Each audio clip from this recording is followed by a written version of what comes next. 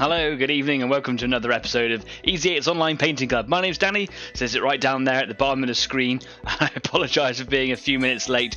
Cats got into the studio, had to usher them out. It can take some dedication to get that to happen. My apologies for that, it was quite funny.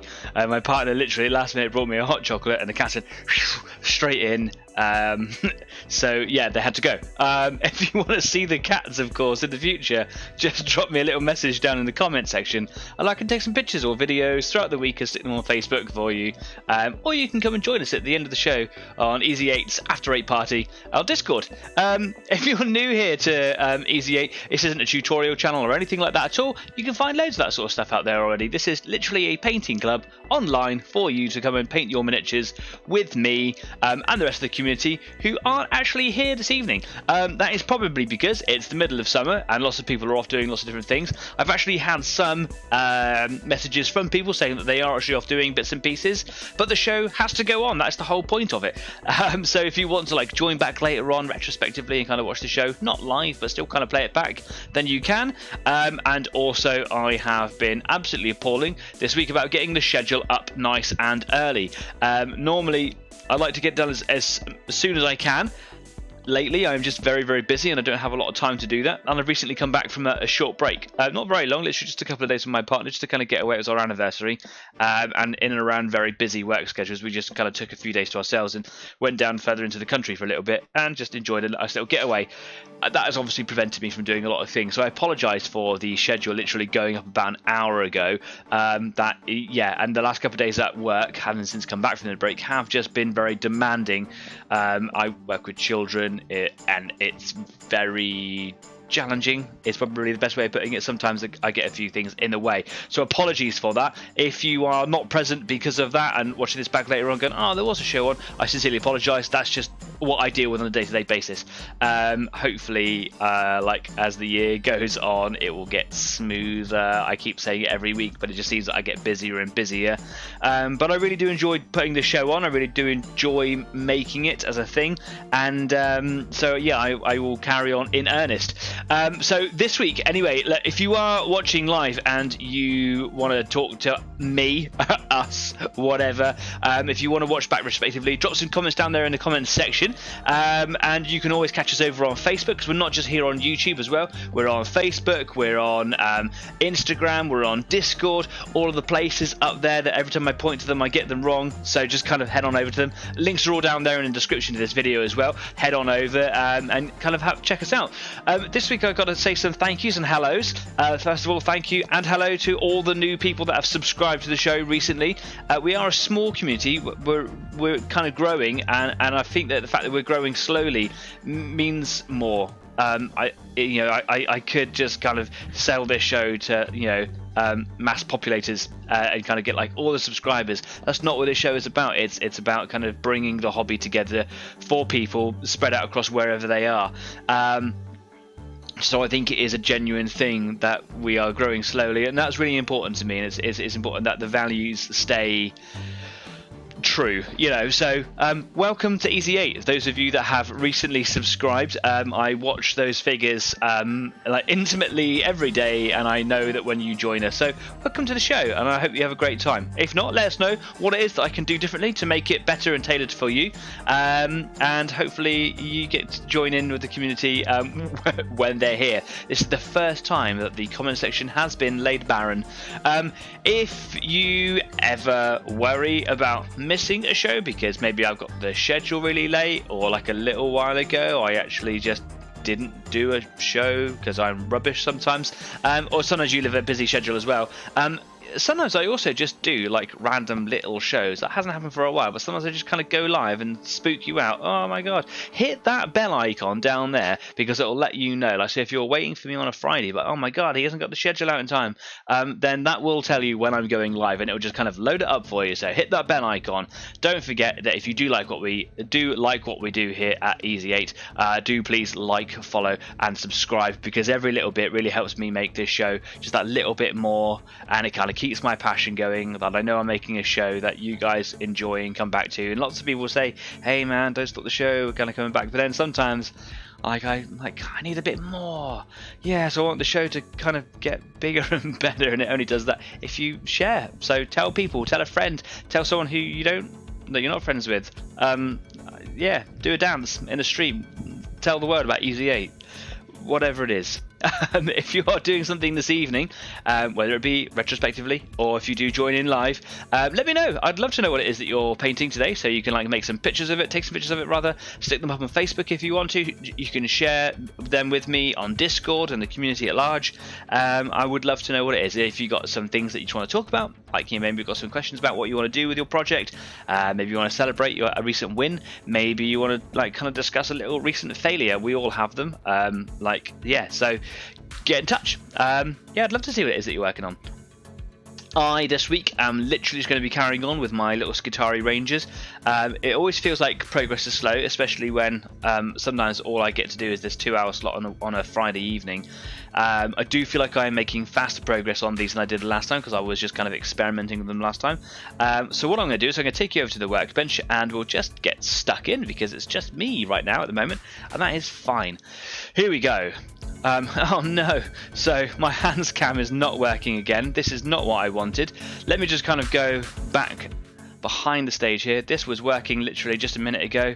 Let's see if I can knock this one off, and I'll unplug it and plug it back in again. This is my replacement camera that I changed over last week. It was working before the show went live.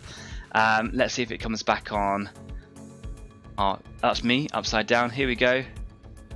And I'm back. Here I am. Okay, cool. I really do hope that this camera behaves itself, because I changed it over last week and it was fine. That is the first time this one has malfunctioned, which makes me wonder if it's a connection issue and not necessarily like a camera issue.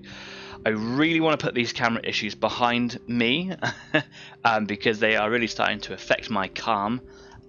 So yeah, here I am. Yeah, sometimes the camera just freezes, and I thought it was like an overheating problem. I've recently thought it was just a defective camera. That is the first time this camera has gone haywire. So I'm a little bit annoyed about that. I was looking forward to having a faultless show, and of course it has messed up all my settings, so now I'm kind of zoomed out and everything. I apologise for that, but you can see my hands working away here and doing some painting. So these are my little Skitari dudes. All I'm going to be doing today is painting their trousers, of which they have a small amount of trouser in there because most of their leg is bionic, and I'm going to be painting their guns. This is one of their feature guns. This is probably one of the ones that I'm not going to do an awful lot with today, although let's see how it goes. And this is the other feature gun. So I've got a plasma gun, or a plasma caliber as they like to call it in this, and this is an arc rifle, which basically has like great big tendrils of lightning that come out of it, and this one fires little mini suns at people. All that sort of charming effort. These ones here are the ones that I'm really focusing on today. These ones are the sort of arc rifles. They're like antique rifles in a futuristic setting, which is really cool. And when they're all painted up, they look all kind of nice and wooden with sort of metalwork and silver and golden filigree, etc. But if I compare it to this one here, you can see that I've got a little bit of work to go. My camera has actually just given up the ghost again in the literally right at the beginning of the show. I genuinely am getting so annoyed with this. It's really, really frustrating. So I don't know actually what to do. So what I'm going to do is I'm just going to come away. This is what I did last week, isn't it? I just came away from here thinking that it was the camera. It clearly has to be something to do with my connectivity, because this is exactly what happened last time. It's deeply unsettling and frustrating, because all of my tests, I do test shows as and when I can. I set everything up and I do like performance tests and things, and it all runs fine until the show goes live, and it's absolutely nothing to do with the fact that I'm broadcasting a show, because my processor runs absolutely fine. But as it's just me here running the show on my own here right now, it's not much of a problem. So I'm just going to kind of crack on for a little bit and just kind of talk my way through it. If you join in the show, if you're watching live, come and say hi, because it's just me being all lonely on my own. So I've got to put some, basically I've got to put some undercoat down on these miniatures, because the bits that I'm going to be painting, I'm painting over my true metal metallic colours, and it is a bit of a nightmare painting over that colour. So my trousers and my guns have to be undercoated, and I simply use Citadel's Screaming Skull for that. So yeah, gonna give it a bit of a shake, gonna give it a bit of a waz. Give it a bit of a mix up there.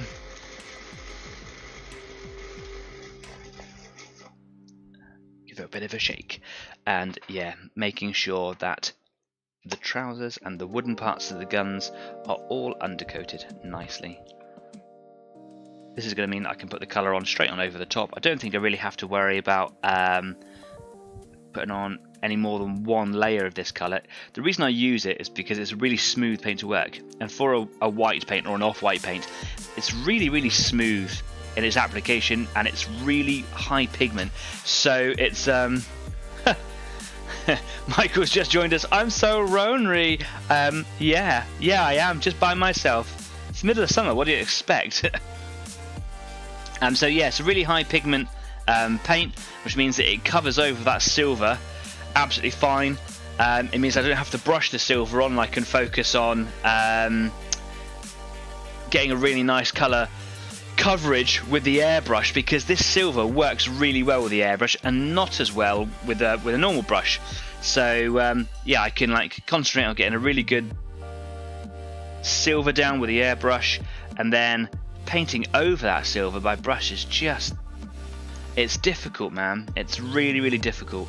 So by having this as an undercoat, I can put my colours on over the top of that, and it seems to be brilliant. So you can't see what I'm painting now because that wonderful camera glitch.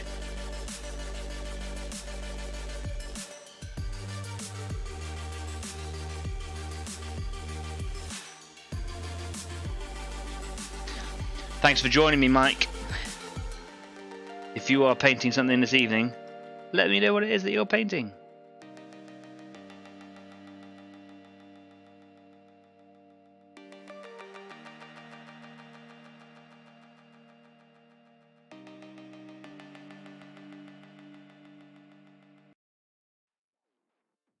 Gonna get a bit of water in that paint there because it's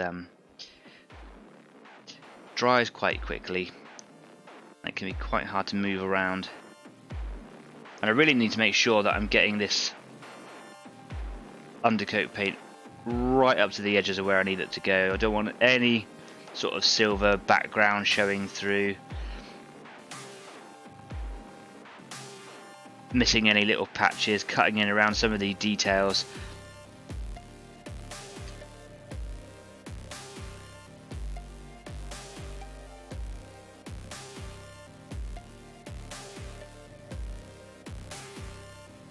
And this can be one of those really sort of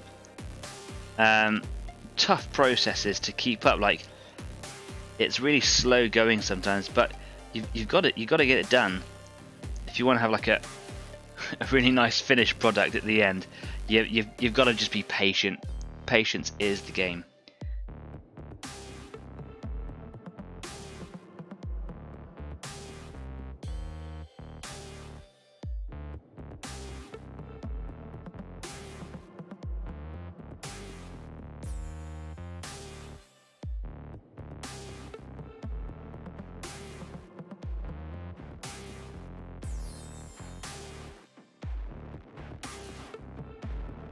There is lots of filigree sections, nice little sort of carvings, if you want to call it that, that make a nice little pattern that I paint in gold. I don't need it to be a silver background for that, so I don't have to be like being neat and tidy around it. But that filigree does go over, if I use one of my old models for reference, that gold does go around wooden parts.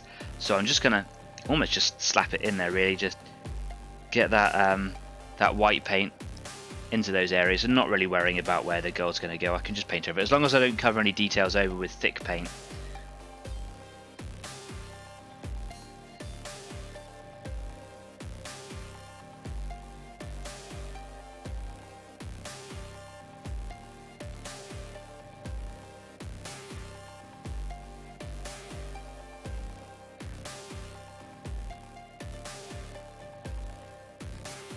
Gonna keep one of my old painting models on the table just for reference. Yeah.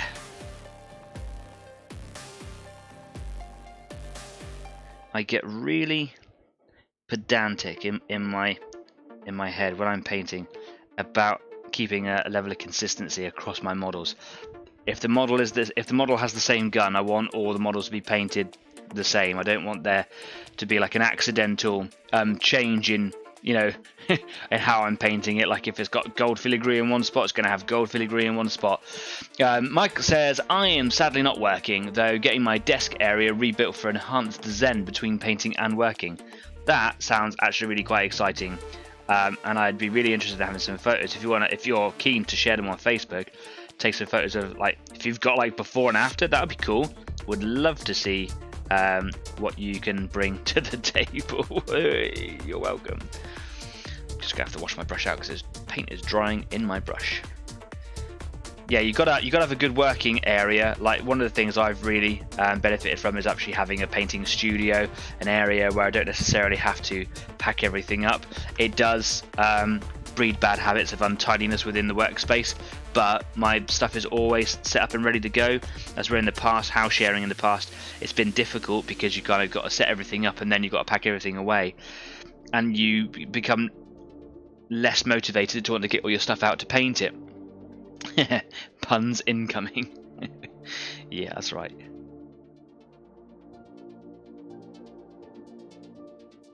So if you've got a room or a space that you could just dedicate to the hobby, any hobby that you've got really, yeah, it's a real advantage.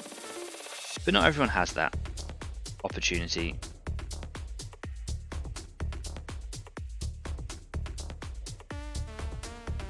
I understand. I'm very fortunate to have the space that I have.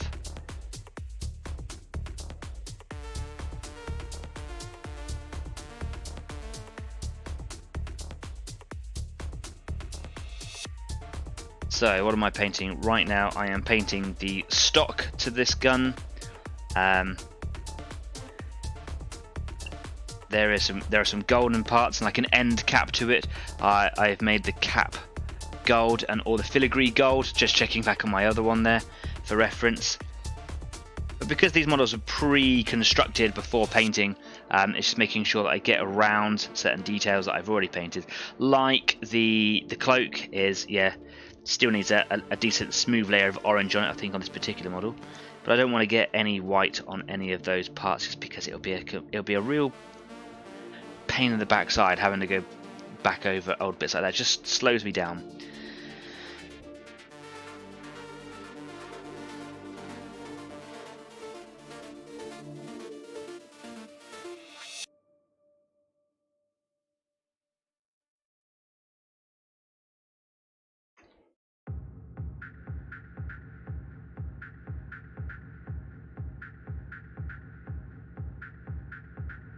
I'm also trying to get the coverage of this undercoat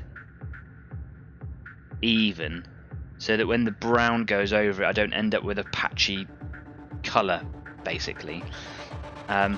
Paint is drying pretty fast in the bristles of my brush, so I'm considering putting like a flow improver or a paint retarder in there, because it's actually becoming quite...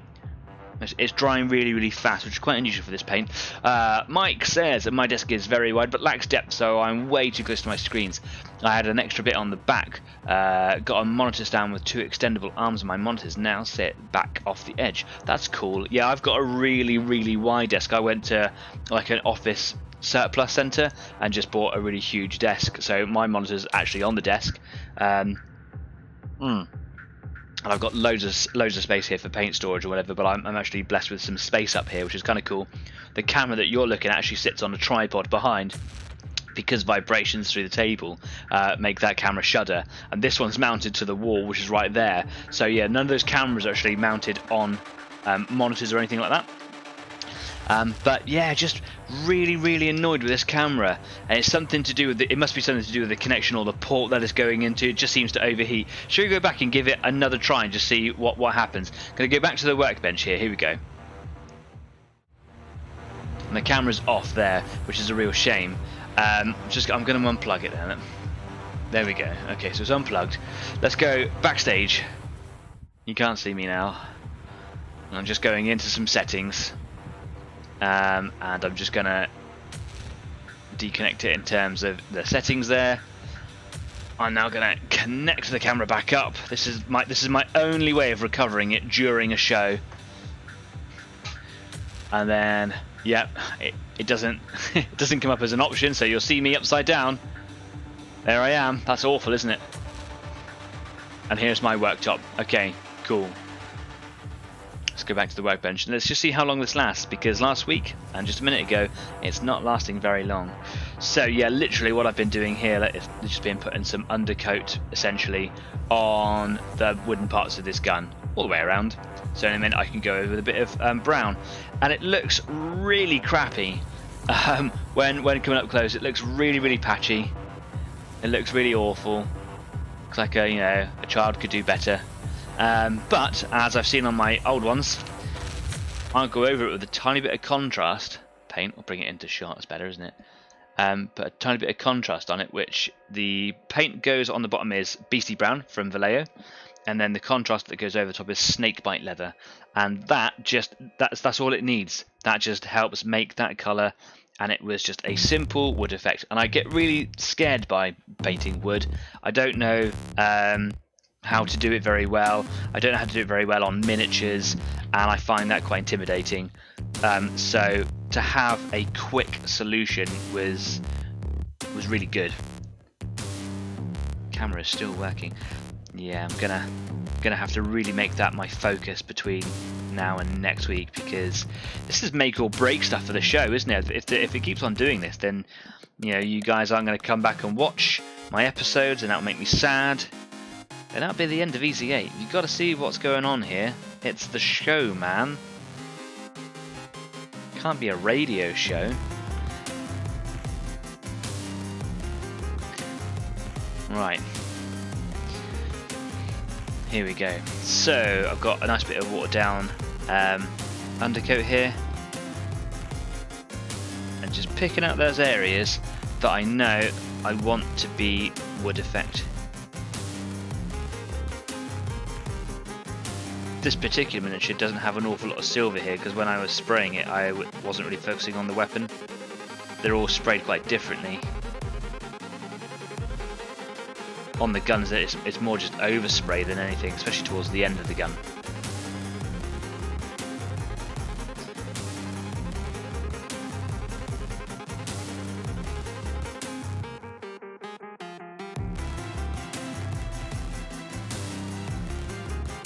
Getting nervous now about the camera, but it is staying with us, which is good. Thank you, camera.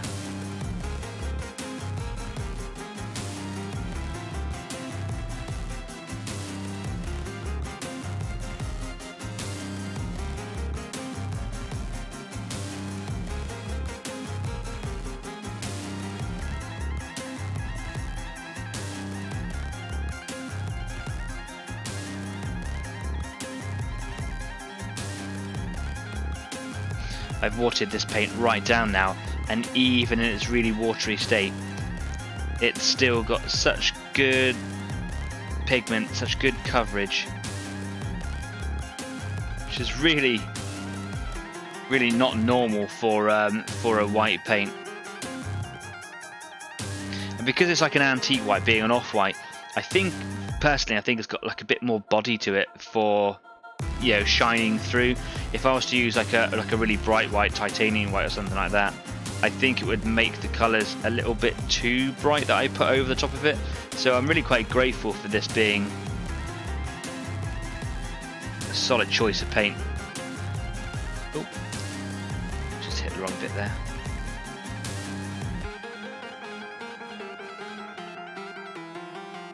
Like I says, I practice on laminate sample boards, £2 a sheet, 4mm thick stuff. Can't recommend them enough for all sorts of terrain pieces, painting surfaces, etc. Yeah, that's not a bad shout, that actually. But it's with the wood effect, it was more that I was just trying to get something that looked good, but small. It's not like I'm painting massive amounts of wood effect. It's just on a small scale, but across the whole army. So I didn't necessarily need, like, you know, the pattern of wood grain or anything like that. Although if I could paint that would be awesome, but I'm not doing a whole army like it. Could you imagine that, man? That'd be intense, wouldn't it?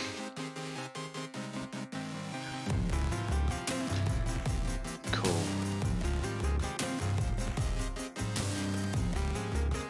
Just a bit more water there. There we go. Lovely.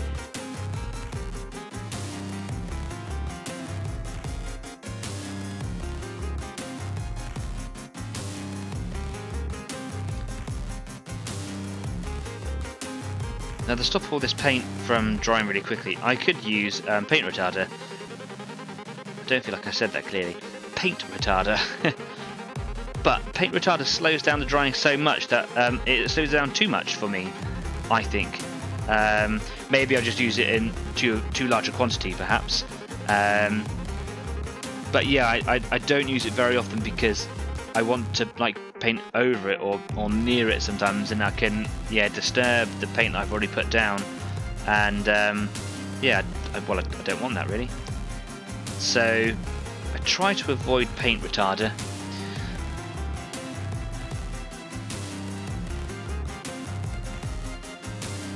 But maybe I can, like, water it down or use it in an amount that suits my painting style, where it dries in a few minutes rather than, you know, half an hour or something.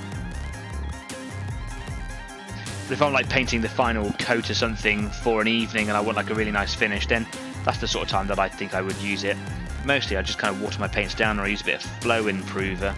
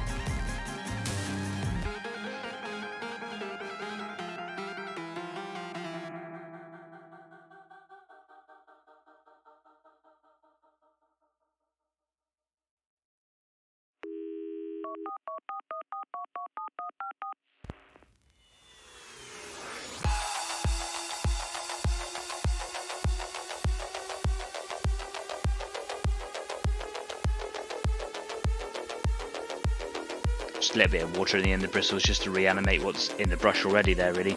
And I'm just making sure that around this little pattern, it's really quite hard to see. If I bring up the old one, you can see the sort of the gold filigree effects bring it into shot, Danny. Like around the base of the gun here and the stock, etc. There's all little golden flecks, etc. I want to make sure that my wood effect gets right up around the edges of that pattern, because it might show up quite a bit if I don't get it in there properly.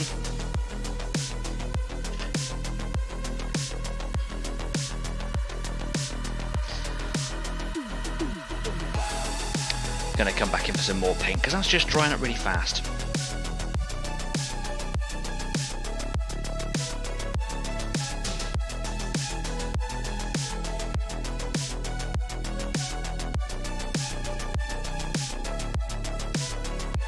I've also got a really rogue bristle to my brush. I'm just doing my head in. I've been letting it go for a couple of weeks because it's a brand new brush, just trying to see if it, like, tames in a little bit. I don't really like cutting them out, but this one's going to have to go. Just that one little bristle that just takes a nice bright colour across a dark patch, and you get a nice big score line.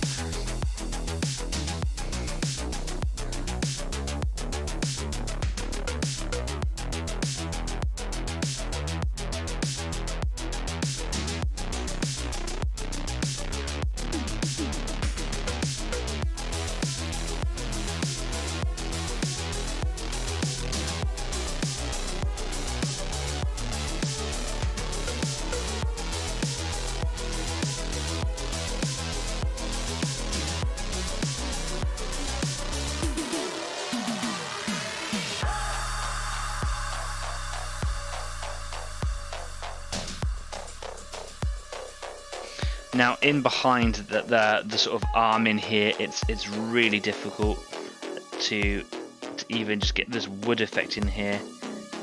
So I'm not really fussed about getting really accurate with the gold and filigree in there, just the bits that are exposed. So I pay a bit of attention here, and then yeah, I'm quite keen to just leave that really. And then yeah, you're never really going to see in there, so I'm quite happy just to, yeah, I did it, you know. Let's have a little look on these ones here, because I think they still have areas that are going to be wood. So I can see that there's gold filigree sections on here. I have gold filigree that works around the metal parts. Do I want to put wood as the main handle piece here? I think that would be kind of cool to do a wood effect across the whole gun and then have all these like super high-tech elements around it. Let's have a look at the plasma caliber. Oh my gosh, that Mini is standing up without a base. That's pretty exciting. This one here doesn't really have much in the way of wood, just a bit around the handle perhaps. That's quite difficult to kind of consider where there might be wood on it. So this one might be all metal really. What do you think, Mike? Shall I paint this arc rifle with a wooden sort of stock and receiver, with the metal coils being on the top? What do you think? Bring it in a bit more focus here. Any second now. Here it comes. You gonna focus? Doesn't want to focus. There you go. What do you think? Should that kind of receiver section all be sort of wood? I think so. I think it'll look cool.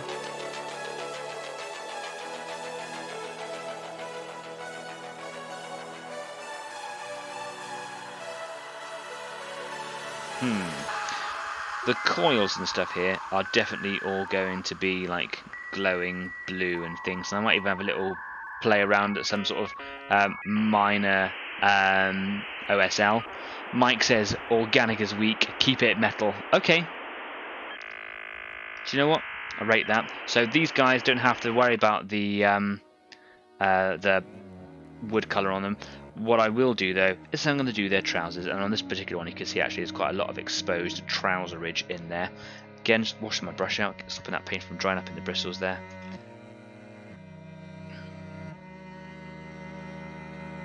Just going to go in for a little bit of hot chocolate because it's actually quite cool in here today, which is quite strange. Yum. So yeah, normally it's like 1,000,000 degrees in here, but with my fan positioned under the table properly, it's actually keeping me quite cool. I can still feel that it is quite warm actually in the studio just generally, but yeah, got a nice bit of airflow, making me feel quite comfortable. We are preparing for another heat wave here in the UK. It's not going to be as intense as the last one. I got stupid, and it was unbearable being on the top part of my house where the studio is. And it was just very difficult to run a show, yet alone even get on with my, you know, with my painting. I wasn't doing any painting during the week. I was just avoiding being upstairs. And it's crazy. We've got a little bathroom up here as well, and it's just you just don't want to be up here. So yeah, I'm glad that it is a bit more refreshing. I can see a comment's just gone in there. Mike, I'll be right with you. Just make sure I come into shot. Gonna get a bit of flow improver in this paint. It's not working so well. Brush flow improver. Here we go. Mike says maybe a Mechanicus red stock like it rolled off a production line. That's an interesting idea. Maybe I'll do something with that, like maybe on a slightly bigger model, because you won't necessarily see it on these little ones, and I'm going to have quite a few of them, I think. But I like that. I mean, this is Riser, so their pattern scheme is orange. They live on a Martian style world. But it's very orangey in its appearance rather than red, which is why they have orange cloaks and stuff. Oops. But they also have red included in their colour scheme as a homage to Mars, because apparently they actually get on with Mars. Maybe there's a lot of like interconflict between 412s and things, but Riser and Mars get on. So, for example, on these guys, they got orange on the outsides of their cloaks, but on the inside they got red as a sign of honor, I suppose, or like a nod to Mars. And on my robot here, he's got like red fists. So yeah, red's in the scheme, but maybe I could work out a way to kind of make it like they're using Martian stuff as well. That'd be kind of cool. I like the idea of Belisarius Cool, the main big guy, protagonist, whatever he is, for Adeptus Mechanicus, but he is strictly a Martian rather than like a Riserian. So I would have to like use both Forge Worlds in an army to have him if I wanted to. So I will probably have Martian connections in this force if I wanted to use him. I did think about just doing my own character and use the Belisarius Cool model and his rules, but that's just a bit rubbish, isn't it, really? So I thought, no, I'm not going to do that.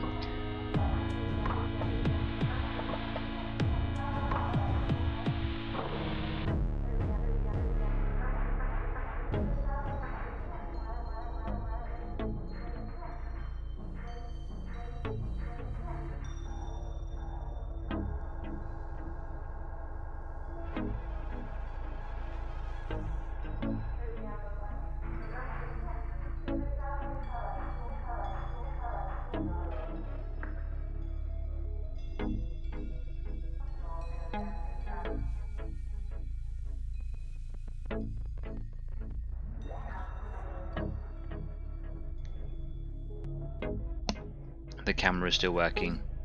This man is grateful. Thanks, camera. I really don't know what the problem is with my camera. It's really, really bothering me. I'm gonna have to really sit down and do some technical investigations.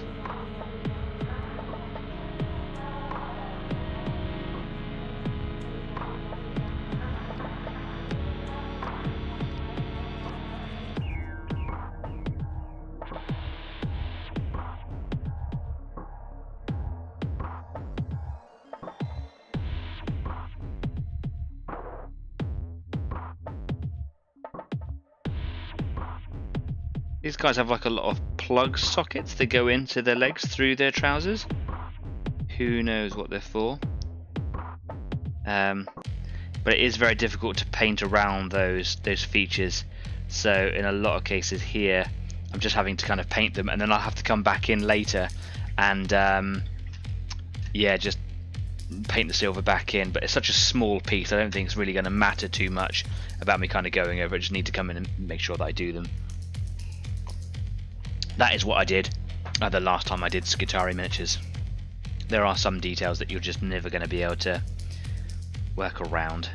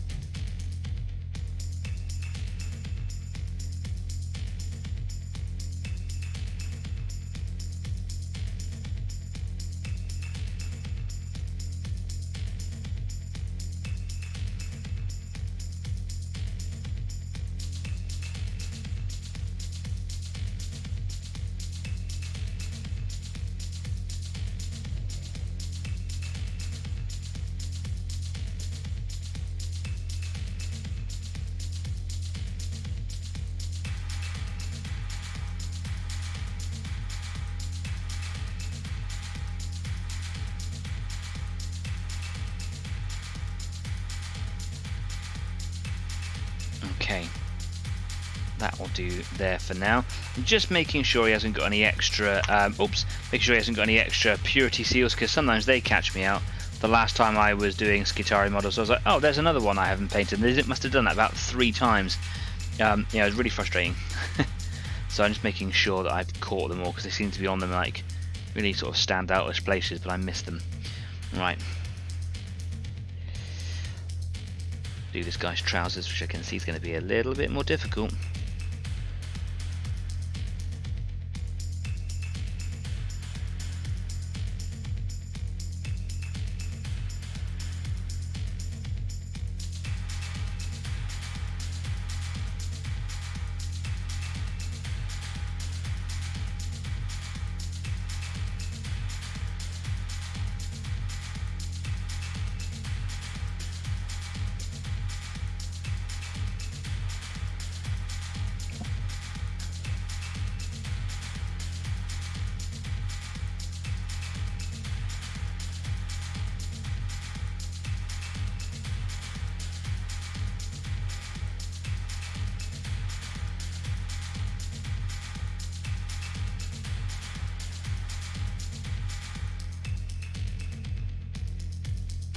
as I said several times before, these minis are pre-constructed because they were a gift from a friend who just had a hoard that he needed to get rid of, and I'm very grateful for them.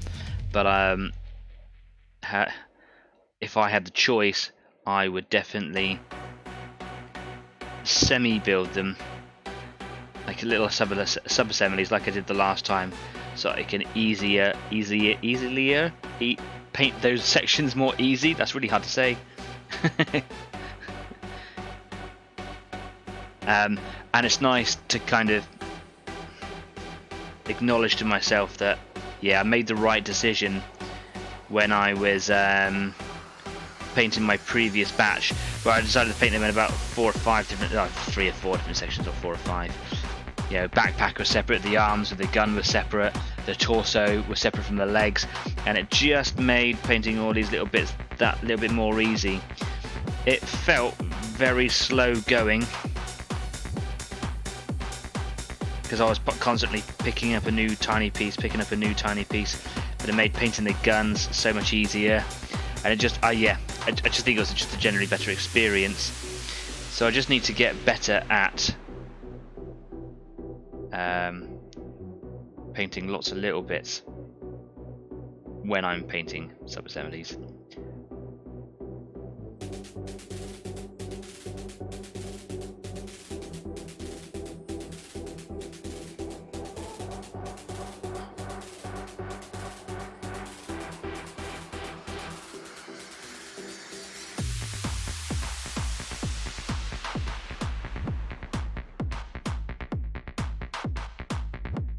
Just the tiniest part in this one here that I can see, so I don't really have to worry about going too crazy in there because you're just never going to see it. But just in case, like if I take a photo of it and you can just kind of see in there, I want to make sure that we've got good coverage. So that's the 2 sort of cool weapons done. Wash this brush out, just checking on the time there as well, making sure that I'm not overrunning. Just me and Mike today, just me and Mike. Don't forget that, you know, if you do like what we do, like, follow, subscribe, share us with your friends, make sure that you get the name out there. Hopefully more people turn up in the future, but like I say, there's a lot going on at the moment, with, you know, families out on holiday. I was late to the show with the schedule today. I am going to have to cut this little rogue bristle out, so I'm just going to tease that one out with the point of a fresh Stanley knife blade, and all I do is just gently score, no, but barely any pressure on the ferrule there, and it just saws that little bristle out. There is one from the other week that I had in there just kind of just sticking out a little bit at the base, so I'm just going to saw that one out. There we go. Okay, cool. Because it was getting quite difficult to work with. Right, I'm going to go back to the first one. Not this one, because I've already painted those basic colours on him. To this one here. Hopefully the paint on him is nice and dry, because it's been drying my brush fast enough.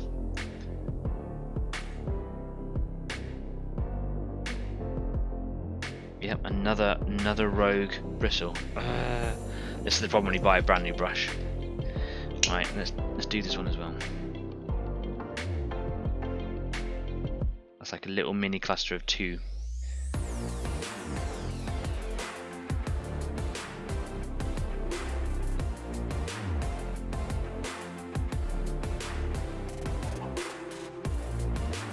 There we go.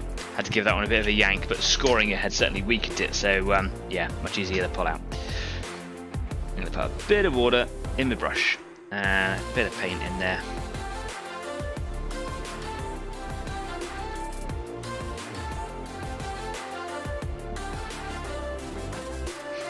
The paint's pretty much dry now, which is a bit annoying, but never mind.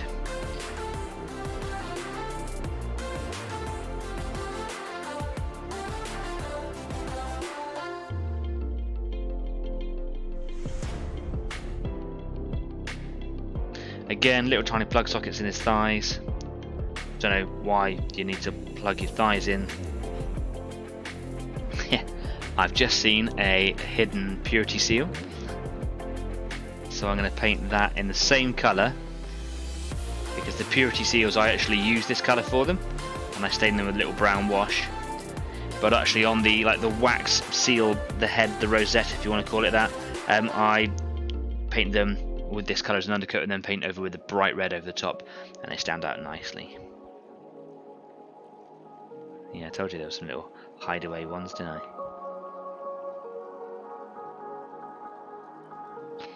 Just in there, look. See him? Slightly out of focus at the moment. All my settings on my camera have been changed because the thing is shutting down.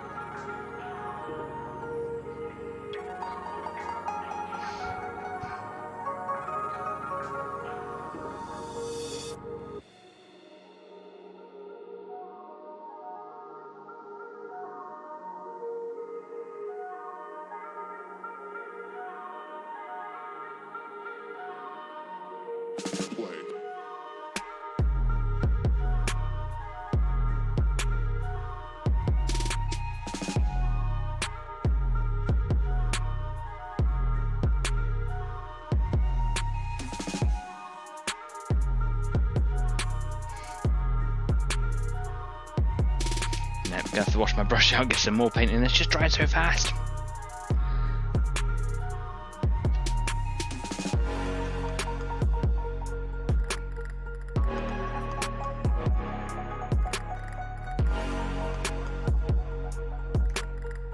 I'm not going to put too much down because it's drying faster than I can use most of it, and that should be paint wastage, and that would be rubbish.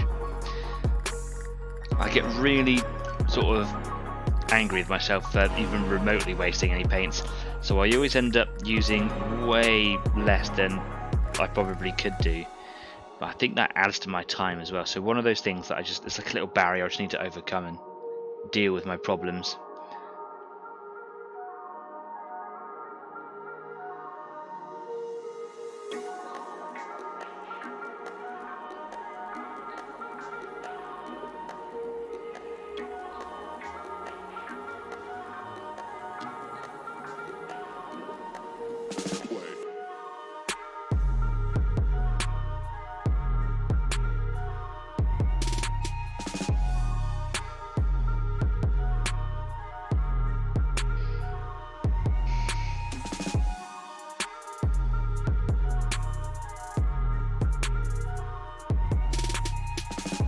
One of the things that is really annoying about this colour scheme that I'm painting is I chose it because I wanted to do something with orange, but Games Workshop don't make any specific water slide transfer sets for them. So all the unique iconography for any army other than Mars, of which there are loads of armies in the book, they don't do the symbols for anymore. So you're kind of forced into a situation where you can't use them, or you have to like paint them, or get a third party to print them for you, and that can be often very expensive. They used to. For some reason they stopped doing it. I don't know why. So this is my appeal to Games Workshop. Hey Games Workshop, please do them again. Do all the individual really cool insignias that you used to make for all the different Forge worlds. Oh, I really like them. There's loads of people out there wanting them as well. Like, I've been checking out the forums on Reddit. Yeah, people want them, man. For some reason they just stopped making them. Who knows why?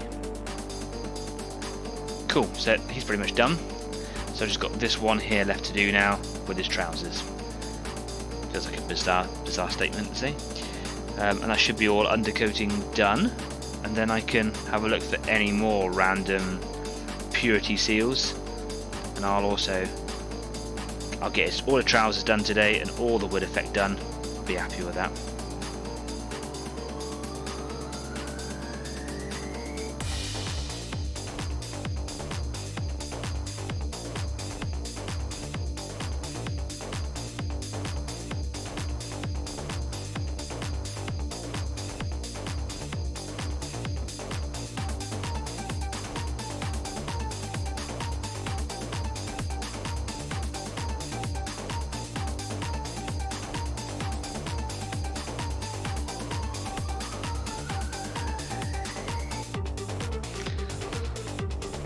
I really wanted to have all the sort of undercoating done this week, but you know, holiday. I absolutely had time to be able to do it, but it was a, you know, a nice little getaway holiday time, and I absolutely did need to spend it with my partner because we've been together 4 years. 4 years. And it was a lovely little breakaway. Like I say, we didn't really go too far, just an hour or two away, to a little country pub, little 4-star inn. We just stayed there for the night, had dinner and stuff.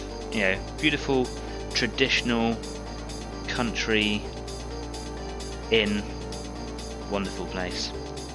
You should definitely check out a place called the Jamaica Inn. Go and have a little look. It was lovely.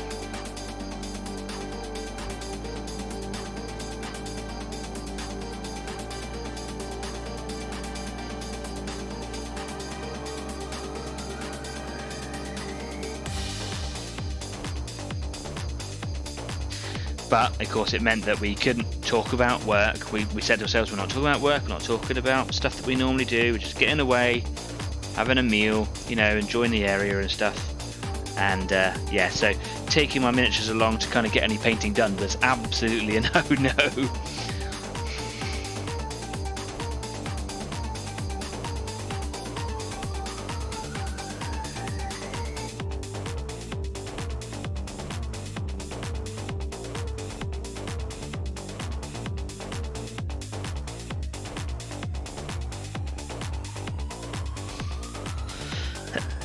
Excuse me.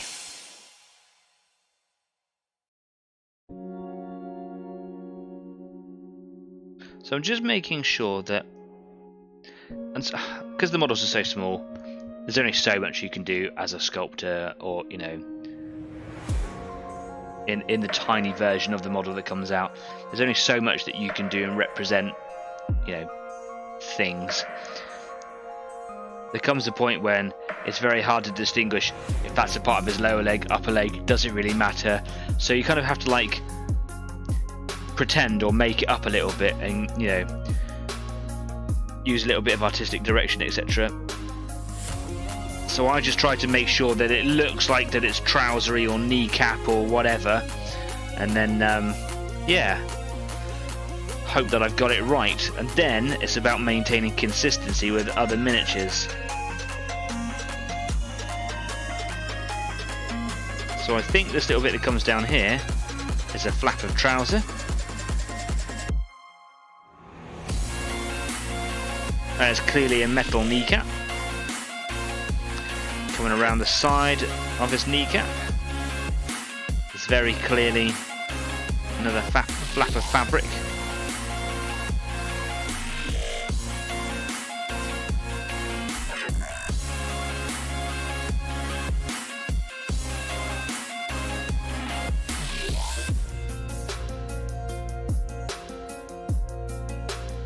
And that is like a big plug socket coming out of his thigh.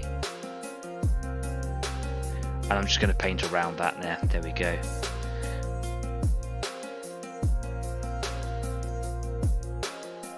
Wonderful. Making sure that it's not so patchy.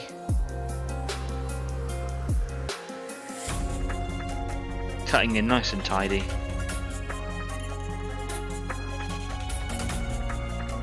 There we are. And while I'm here, I could just neaten up a bit on the gun.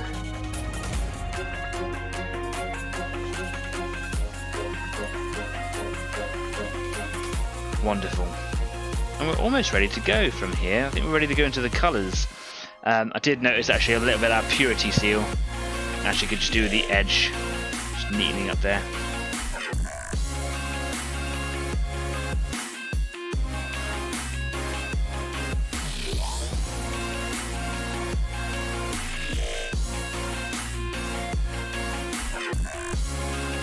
Wonderful. So I think I should just check them over for little missing purity seals, and I'll just quickly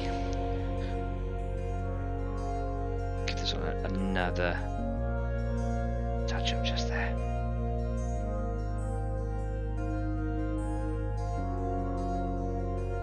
Any others sticking out on him? Some of them come off from really weird places as well. This guy, has he got any?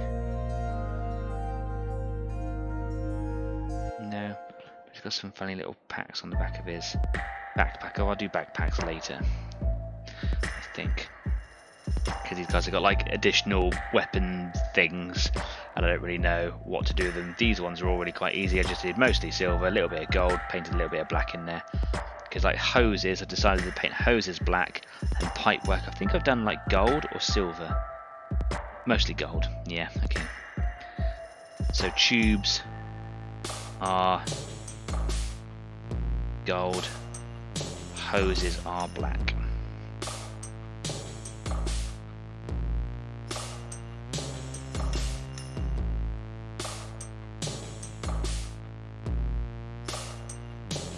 This is another purity seal that I've already painted, but just needed the edges neatening up.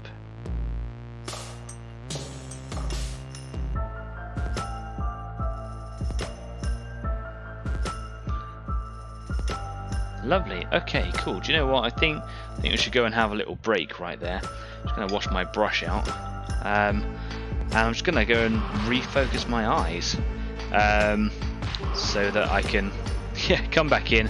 I'm just going to do some purple trousers.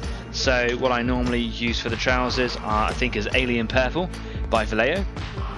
When that's kind of all dried in, I used a little drop of blue tone quick shade from Army Painter over the top.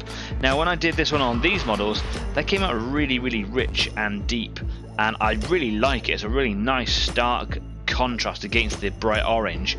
But on my other models that I've previously painted, they're much more tame, and I wonder if that's just a combination of them being varnished, of them having some pigments on them, really tamed down. And I don't know if I'm painting these right. I think I am.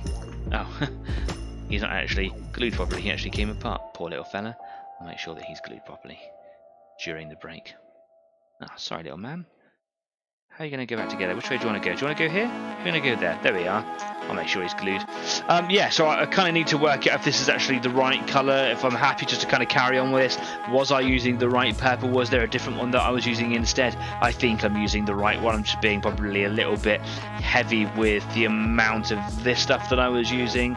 Should I water that down? It's a really nice colour to work with. Just a nice product in general. But right now, I'm going to go and have a quick break away from the desk because the camera annoyed me and I need to go and chill out. In the meantime, you should definitely go and change your paint water. I'll see you shortly. Bye bye.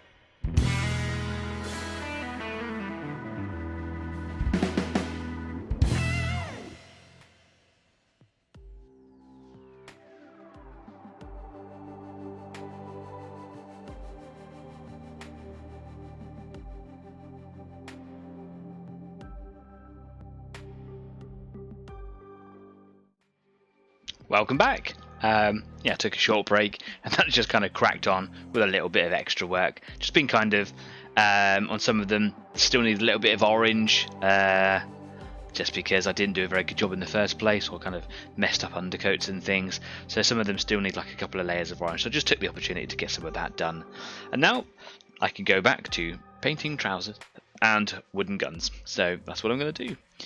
I'm going to. Oh, I got the hiccups. I always seem to have the hiccups on the show, never any other time. I'm going to be using Beastie Brown by Vallejo. This is the Air range, and it's just watery enough to kind of give a good colour that pops a little bit with a white or off-white background. And I only need to make sure that I've kind of got like one good coverage of this colour, and then a layer of contrast snakebite is enough to you know, change the colour for you know, and give a good effect.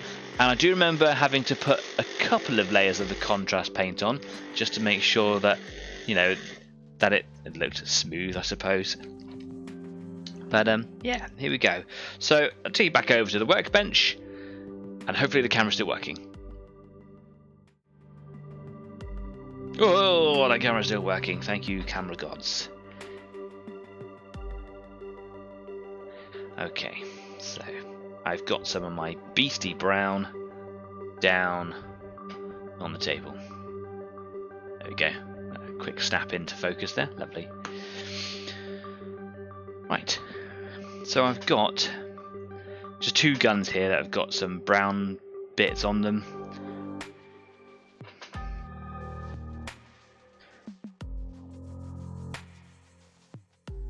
Sure that I get a good amount in my brush without overloading it, get down to a nice fine point, and then yeah, haven't just painted this one orange, have I? No, because otherwise it's going to be all over my fingers.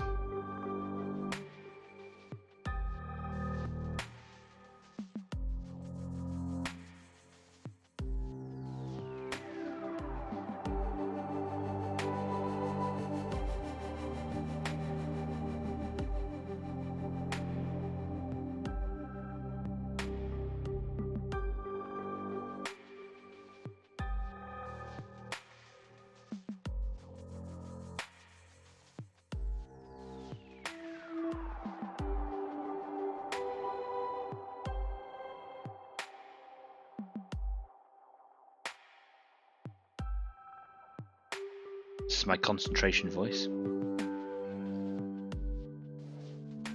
Nothing really gets said here when I'm just cutting around, making sure that I'm covering up all that white. I don't want any of that white to show through, but at the same time I don't want to be going paint slappy with the brown. I don't want it on, you know, on other areas. Even though I'm probably going to come in and neaten up some of the metallics around this area. If anything, it's good practice. I don't want to be like covering up any details, etc. with, you know, thick slaps of paint or anything. Okay.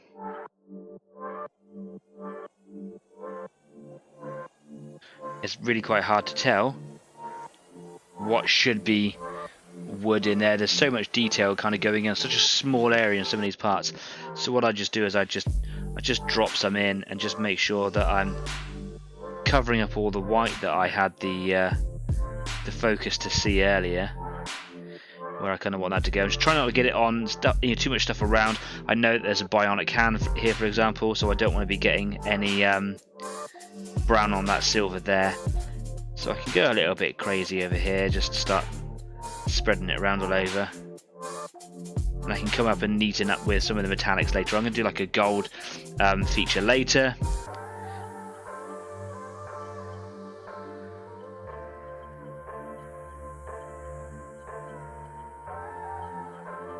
And again, making sure that I'm not coming in too thick.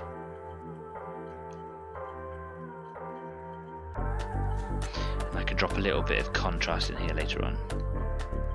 Again, just trying to make sure that it's not too patchy, although when I start adding snakebite to it, it is going to make it look, it's going to have like a little bit of a wood effect in there in some ways. Having that little sort of patina that sort of shows through just helps make it look a little bit more organic. So you'll get like some patches that'll show through, and it kind of just gives a little bit of a false illusion to me, not to anybody else. It's it's more a me thing. No one's going to look at an army of this and go, oh, I love that fake wood effect that you've painted there that I can pick out from a distance. If anyone's got eyesight that good enough and attention span that good enough, they probably need to be taken out the back and have a good beating.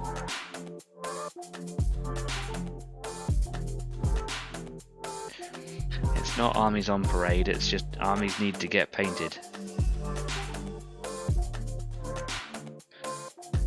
Okay, and I think that's a good amount of brown in there. So I'm going to go to this guy here. Just going to wash the brush out. Got this really old raggy piece of tissue. I really need to get rid of it, and it's one of those things that I keep forgetting to bring up. It's like a new. I used to have like a roll here of tissue, but you know, cats, man, they vomit everywhere. It's like something that they do. I don't know why. When I say they, it's just him. He likes to eat stuff and then regret it.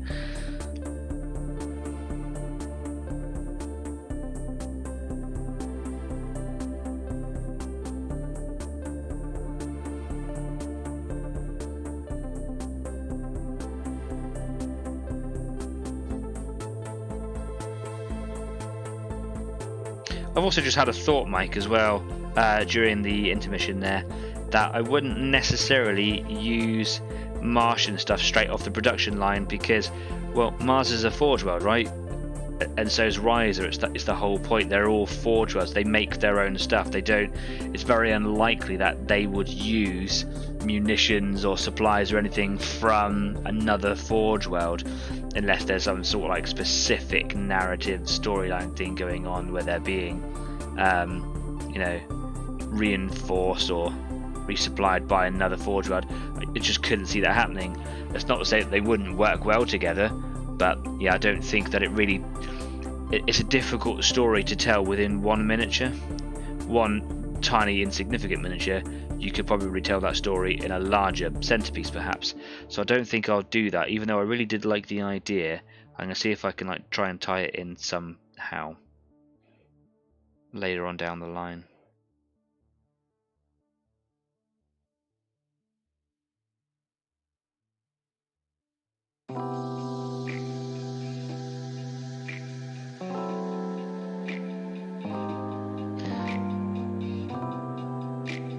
Again, difficult to see all the details in there, so I just go in wherever I put white down.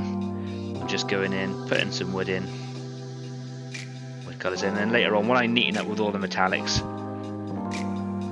silvers and golds around it later on, much later, then that should just kind of like finalise it all.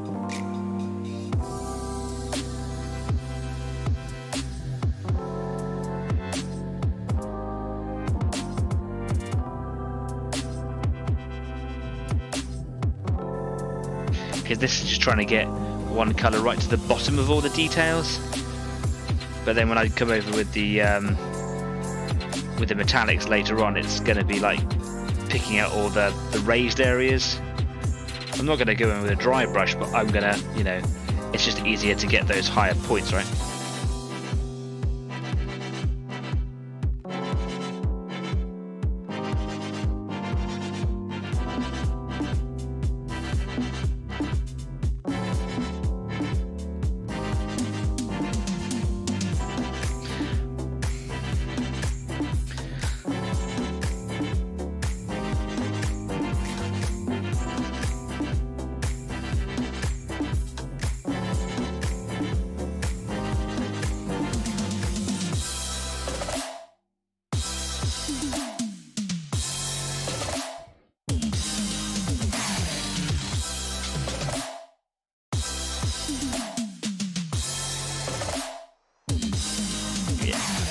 Tricky bit now, it's just coming on the back of that stock.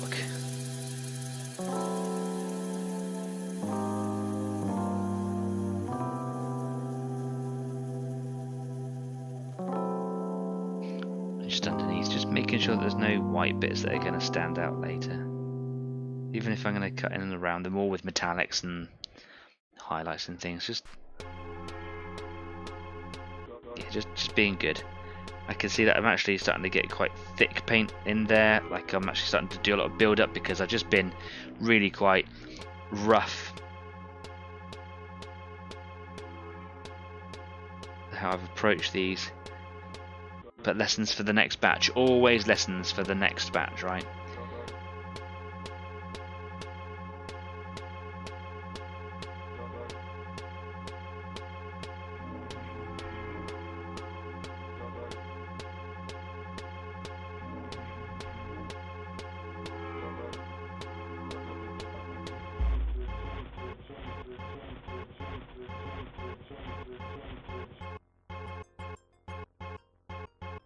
Got a little bit on the silver there, and I'm just quite keen to get that off right now, so that I don't have to like start patching up later or miss that little bit that it's going to stand out.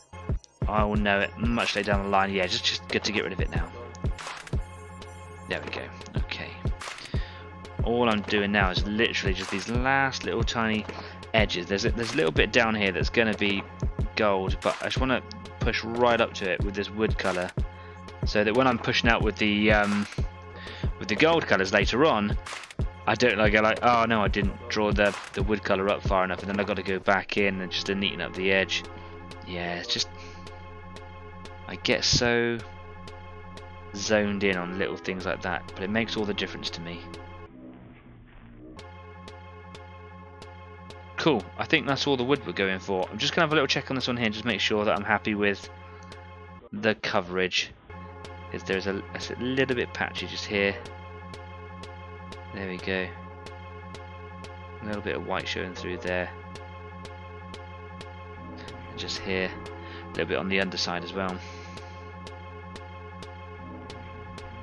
Not much. Just a bit of water perhaps could help.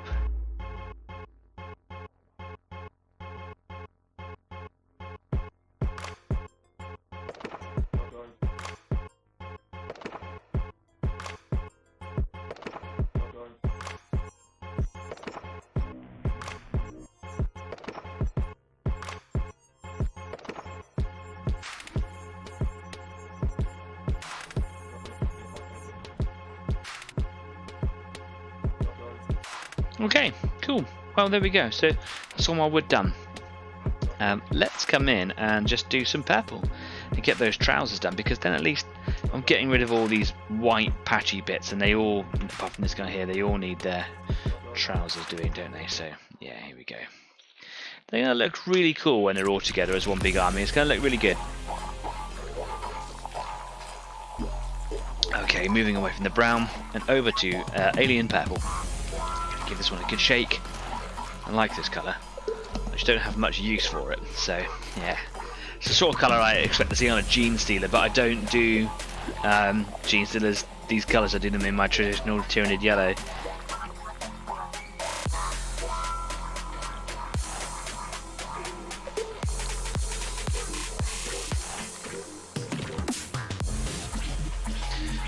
Let's start with the plasma guy because he was closest to me. Let's get some purple in there. I really am looking forward to getting these guys on the table, or any 40k miniature on the table, and just having a good old game. I do miss it. I do enjoy playing the games that I'm playing instead. So I'm playing a lot of Gaslands, playing a little bit of What a Tanker, and they are brilliant games to play. And I'm currently playing a tournament of undetermined length in Gaslands. We're just having great fun, getting the guys together and just, you know, larking it out with some toy cars on the tabletop with some dice. It's brilliant fun, and it's more of a social than anything really. But I do miss 40k, and it's my first board, you know, like war game love, I suppose. It's I'll never put it away. I love the rich lore, as like everyone says that, don't they? But I do. I genuinely love it. And I haven't played it for a really long time. And I think I said this last week. And I was like, I challenge anyone out there to a game. And suddenly I started getting lots of people messaging me, like on YouTube, through Facebook, all sorts, like challenging me to a game. I accept them all. So yes, like let me just get through the summer holidays. I actually need to take loads of vacation time. I will be there. We'll make this happen. Perhaps I can do a little Easy 8 feature on it as well, maybe. So thank you to all the people that I haven't heard from, some of you guys in a while actually, and it was nice to kind of be reconnected. So Graham over at Wet Palette Miniatures. Graham provides an absolutely unmissable painting service.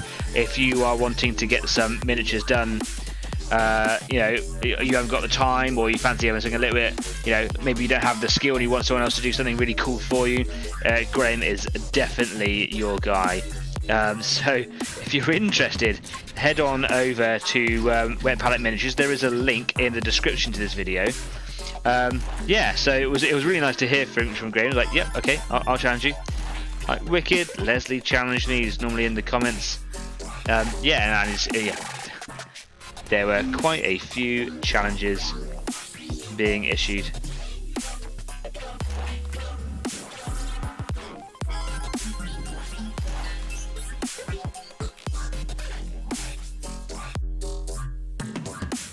Okay, got some purple in there. Just keep on having to wash that brush out, and you should though, right? You should be washing your brush out regularly. Like, I'm not a pro, but I do know that. Wash your brush out after every couple of seconds. Do you know, I don't normally drink hot chocolate, but that is delicious and quite cold now.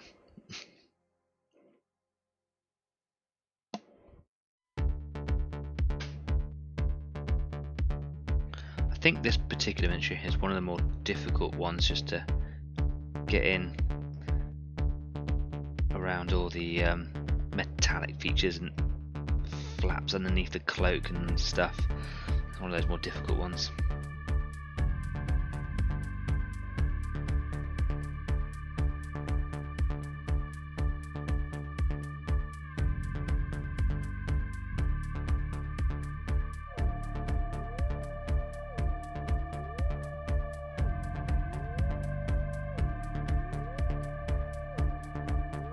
There we go, pushed it up inside a little bit better.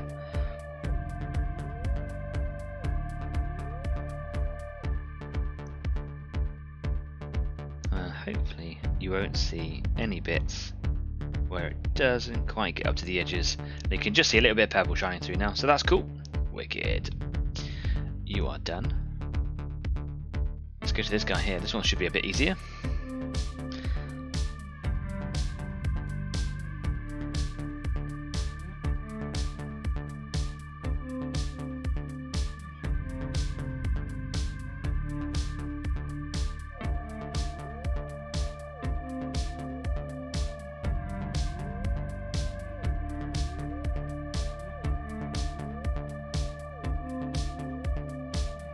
My plan here is to get a coverage that's good enough that I don't have to come back for a second go.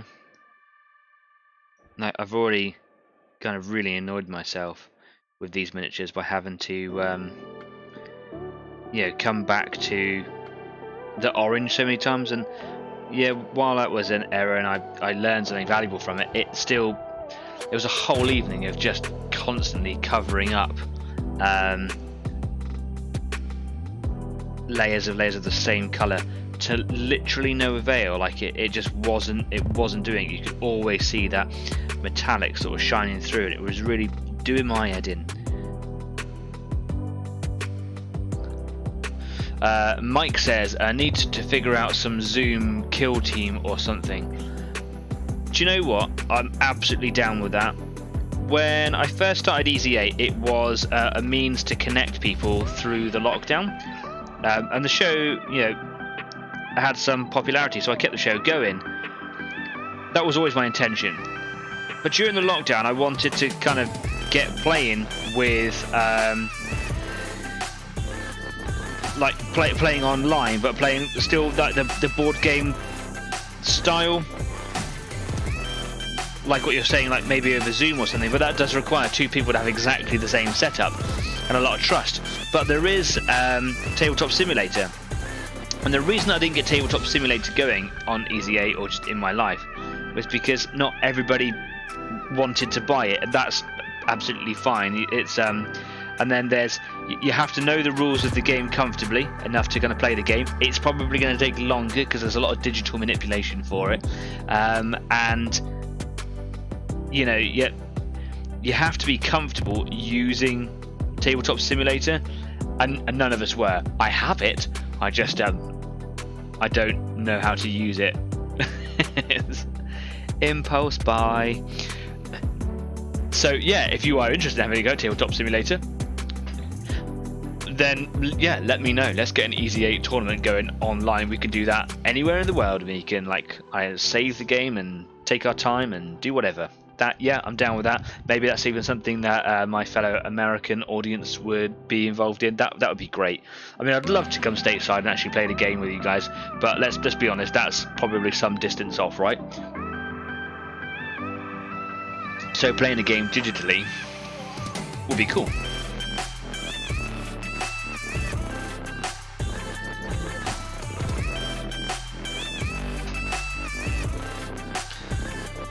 Right, let's move on to this guy here. This is actually probably going to be one of the more difficult ones, I think.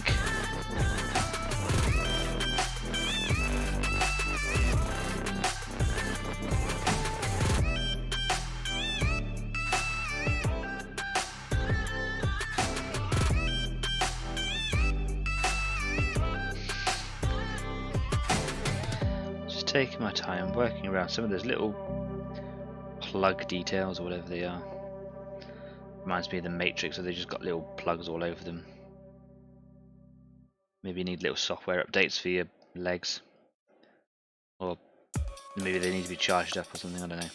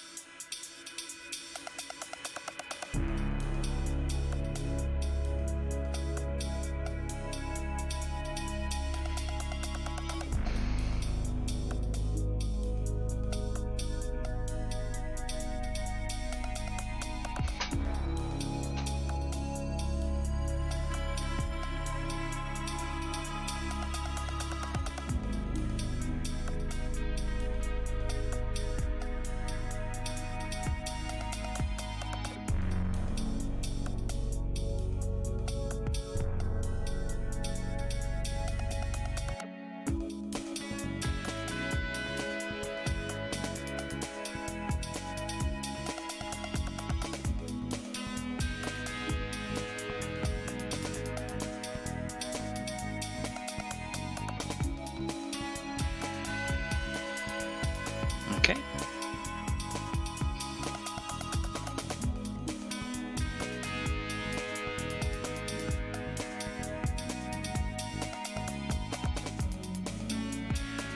It's going to be a tricky bit just getting it around these 3 or 4 different colours in there.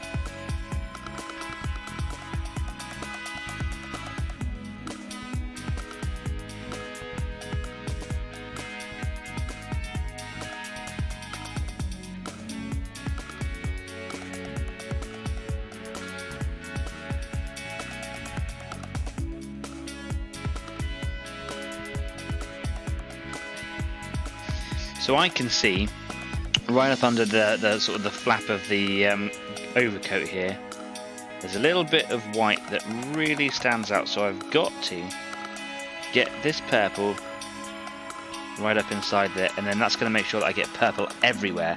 So now I need to come in pretty sharpish with a wet brush, not over the top though, and just remove purple from any of those little overflow areas, especially over the side of this bit of metal here, which I really don't want anything on.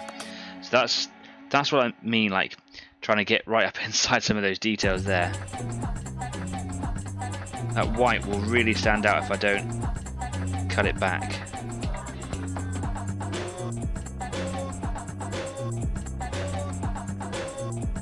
Okay, just the last little bit, trying to get some purple in there now, just around the side of this knee. Too much of my brush. Reduce that down. There we go. Get a little bit back in there because I washed some of it away.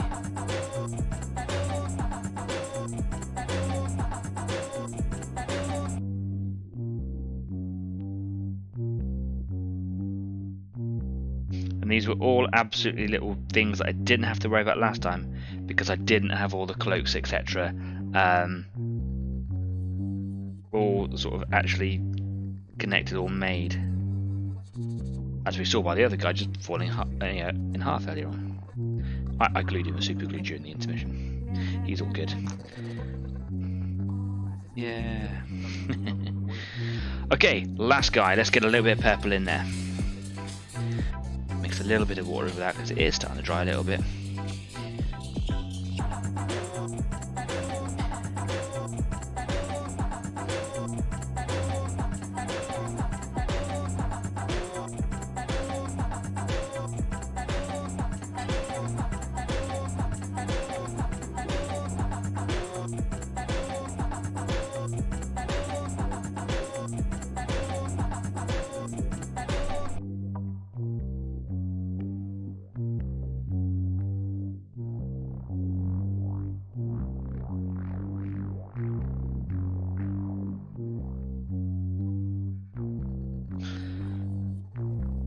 Quite satisfying actually getting quite a bit done. One of those days that if I don't get this little bit done, I'm going to feel like I'm not productive, but if not productive at all, but if I do get it done, it's going to feel really productive. So all I'm going to do once I kind of got these done is I'm going to go back to the wood colour. I'm going to use that snake bite contrast. I'm going to apply it to all the wooden parts of the gun. I've painted brown. Hopefully it'll add some depth and contrast to that wood colour. And then I'm going to do the same with that blue tone. I might water it down a little bit.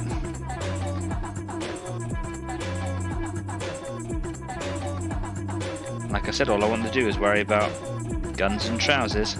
No, I haven't painted the plasma gun or the arc rifle yet. That's okay. I don't really know how I want to tackle those anyway. I will worry about like getting like the silvers and the golds and stuff on them, but then I'll worry about doing like OSL on them later on. Okay, I think that is my trouser colours done. Yay! Let's wash the brush out. Give my eyes a bit of a refocus.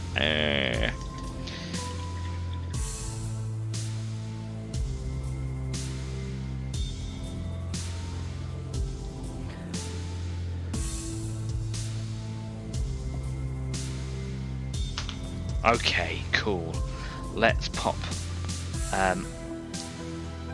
these guys over here because they don't need any wood effect done on them, but these three do. I will now get some snakebite contrast. It needs a good old shake up. A lot of silt at the bottom of these contrast paints is how they work. So it needs a really good waz on the Easy Age Waz-O-Matic. Give that a waz. It's what I bought it for, specifically for the contrasts and enamel paints that I use. I don't really use contrasts that much. I try to get into them. They are a little bit faddish, but the ones that I do have, I've tried to find uses for them. The only one that I really got into was Basilicanum Grey, which if you put a 50-50 wash of that with water over the top of your silvers, it makes them look really good. But still in the pursuit of better silvers, I don't need Basilicanum Grey anymore. So yeah, this is about the only one that I'm really using. So a good old shake up there. Lots of wazzing. Still could probably do with a bit more. So I shall. There we go, lovely. And I'm just going to use this straight out the pot. Or should I? Do I water this down? I'm not even going to bother, let's just go for it. I'm going to get it on the brush. It is quite a watery paint.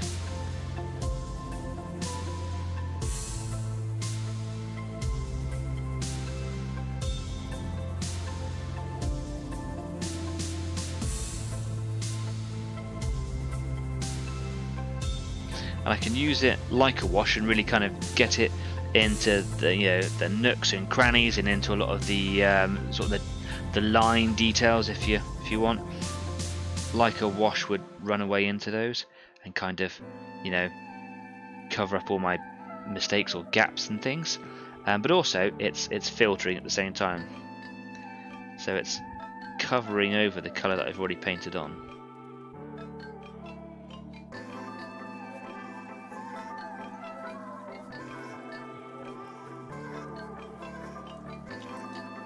see the difference already.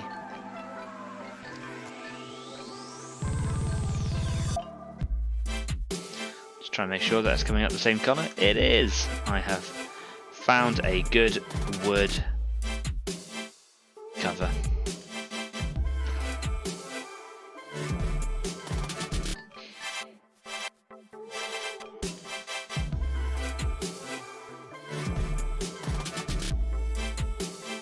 What I am going to do is I am going to make a little water mix and just see how different that is to handle. So I'm just going to put some snake bite on the palette here.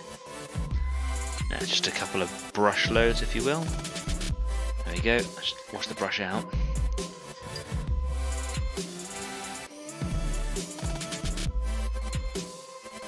Just mix it with a bit of that and just see if that's...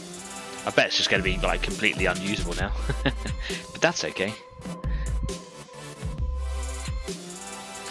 It might be easier to kind of paint it into some of the recesses, actually kind of flood it into some of the details in here like I wanted to do earlier.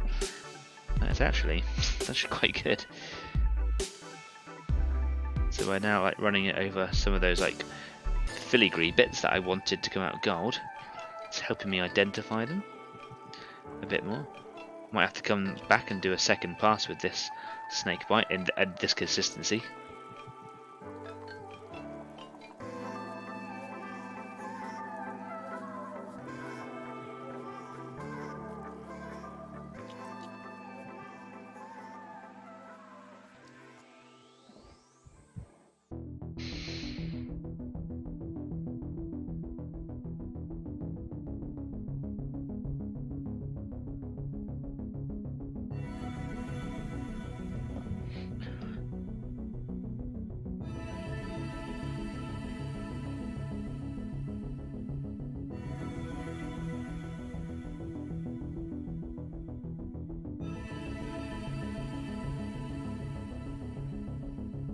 Nice, okay, cool. On to the next guy. I'm taking a little bit from the pot and adding it into my already watered down section.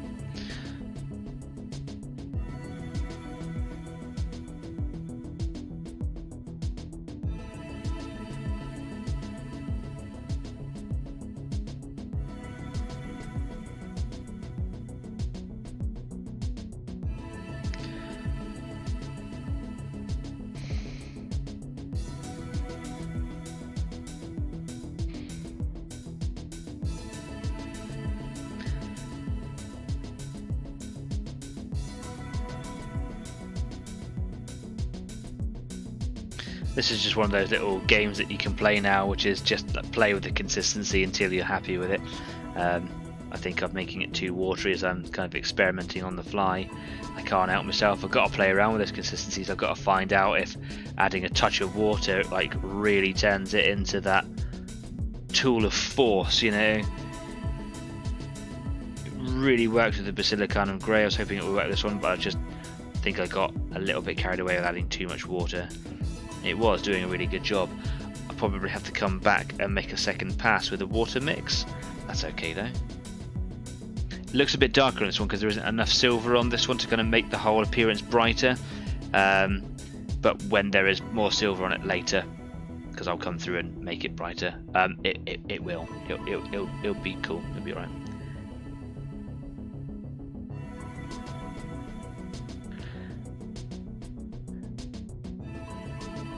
Watering it down, as you might expect, really helps to kind of get into those little crevices. I want that wood effect to be at the bottom of all of those patterns and things. Yeah, there we go.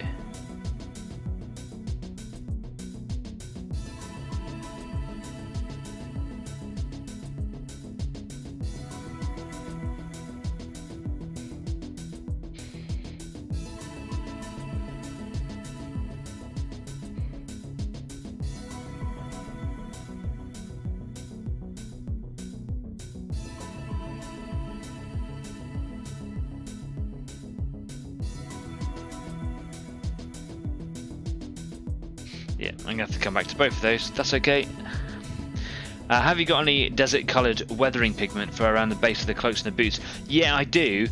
When I did the first set, if you have a look on this one, can you see that, like, that big coffee stain around the bottom of the cloak? You're not really fond of that. I did that with Agrax Earthshade. I'm not going to make that same mistake with these ones. I do have different pigments. I wanted them all to be on like orangey Martian bases anyway, so I want them to be quite dusty. I found that the colours that I were using matched the colour of their cloaks perfectly, so the effect was completely lost, which was really annoying, frankly. So yeah, maybe I just need to kind of play around with the different dust pigment colours. I've got a multitude of them. There are some wonderful pigments out there. I don't think I'm all that good at working with pigments, and it's been really bothering me for a while. It's actually one of the things I was going to bring up and talk about anyway, is the trouble with pigments is I can just never really get them to work as well as all the tutorial video guidelines and things out there go, and I find it really frustrating, because it's so simple. Just put some down, blow or brush it off, and it doesn't work like that. What am I doing wrong? I don't know. And then they put like pigment fixer on, or they make it wet, and I'm like, oh my god, this just isn't working for me. What? Tell me, what am I doing wrong? So maybe I need to wet these ones down and apply them. I don't know. So yes, I would like to do dust effects on them. I just need to really hone that craft before I start throwing that skill around, because yeah, I'm just a little bit rubbish at it, and I have frightened of making my models look a little bit crap when I'm just starting to get better as a painter. I don't want to start ruining by just trying to be like all showy, all the gear and no idea.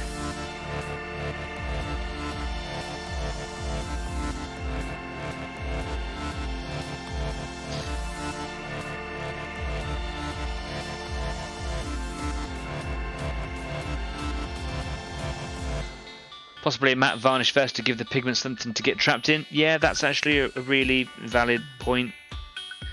I mean, there's enough detail on them for sure for it to get trapped in. It's just it blends away all the colours on here. So I use, like, the whole point is that they're supposed to be using like a camouflage-ish cloak, right, to blend away a little bit with their surroundings. Not like a deliberate move for camouflage, but you want to blend in a bit. Well, it blends in perfectly. That's the problem with the colours that I'm using, is that the orange is the orange of the Rise of Dust. Yeah. Risen Dust? Risen Dust? I don't know. Okay, back to the first one here. And I'm just going to come in with a little bit more watered down on this one, I think. Now I'm just going to pick a bit more up from here. Wash the brush out. Drop in some water, yeah, beautiful.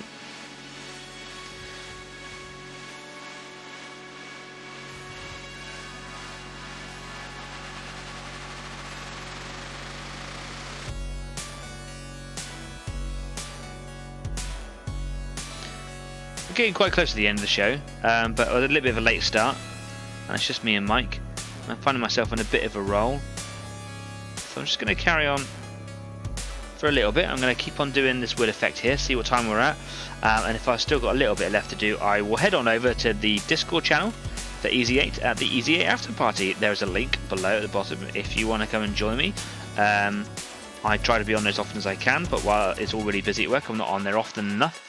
But guys do hang out there, so you should go and check it out. I will be on there for a short period of time at the end of the day, just while I finish up doing the little bits and pieces that I wanted to finish up today. Like I said, I was really keen to get guns and trousers finished.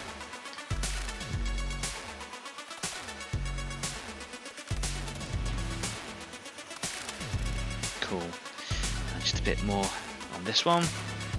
There are some areas where it's worked really well, but there's some little patchy bits here. That's when I want to come in and just readdress.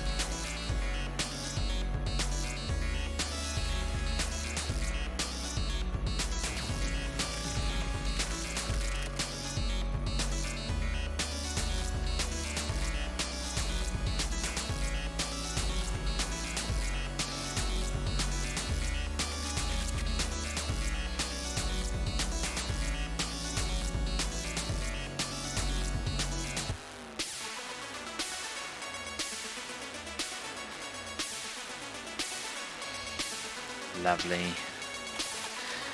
And then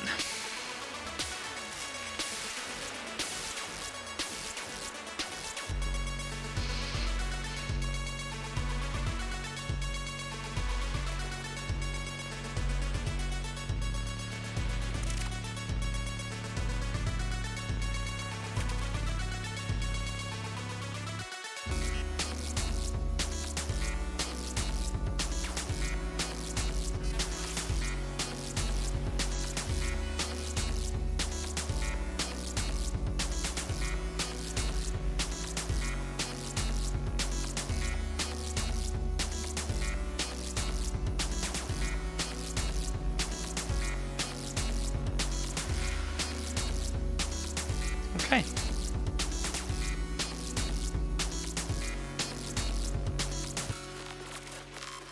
There we go. Okay, so that's all the wood effect done there. Yeah, I'm pretty happy with that. I think I could get it looking better with some practice, brushing it a little bit. It looks pretty good on there too, though. I think when all the metallic colours on there, like the gold trim and the silver pieces, whatever, I think it will look better. So that's cool. This guy is the one that's already had his trousers done. So these guys can go over here and he can go over there. So it's just these 4 to get done for the trousers. Let me just bring in the end title graphics. Here we go. Wonderful. The last little swig of my lovely cold chocolate. Cold and granular. Lush. Coming in with a little bit of blue tone from Army Painted Quick Shade. Yeah. I will just plop this in the bottom of one of my palettes here.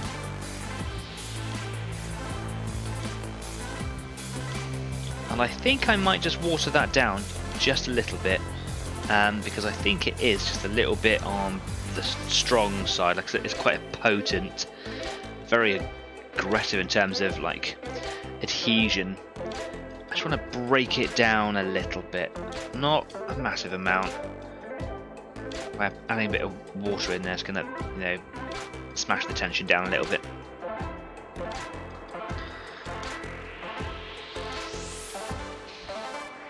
Okay. So, back to this guy here. Now I'm literally just doing a glaze over this guy's trousers. Or to my American viewers, pants. It feels really weird saying it. I don't think I'm going to do it again.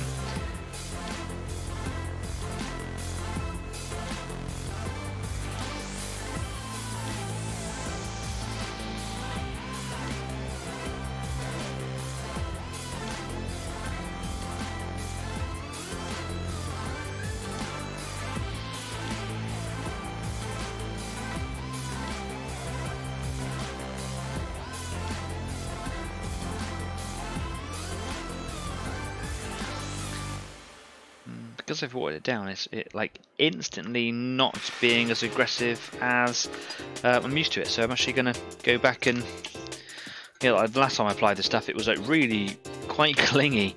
So I'm just going to come back in and just put some more undiluted in the palette. Like there was quite a noticeable difference there. So yeah, there we go. On this one, I'm just going to come in neat from the pot. Just see the difference. Like I can see how different it is actually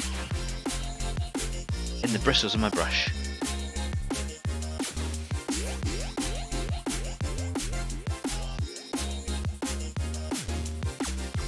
It's just easier to get it hanging out in the right places.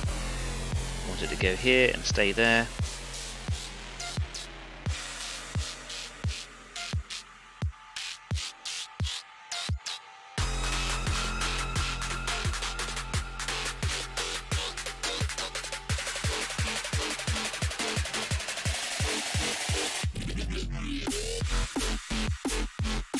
It's got quite a gloopiness to it. It's not a traditional wash, it's quite heavy, quite thick.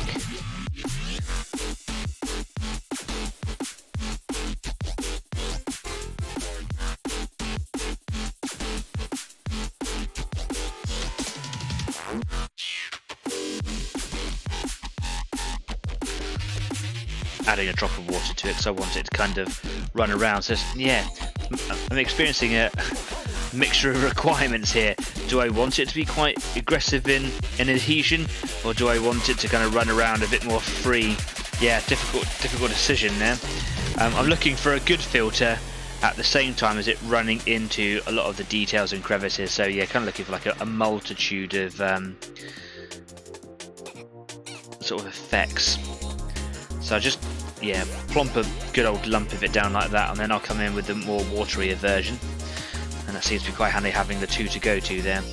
And then I'll just drop that on, and then I can move it around a little bit. That seems to be a good way of going.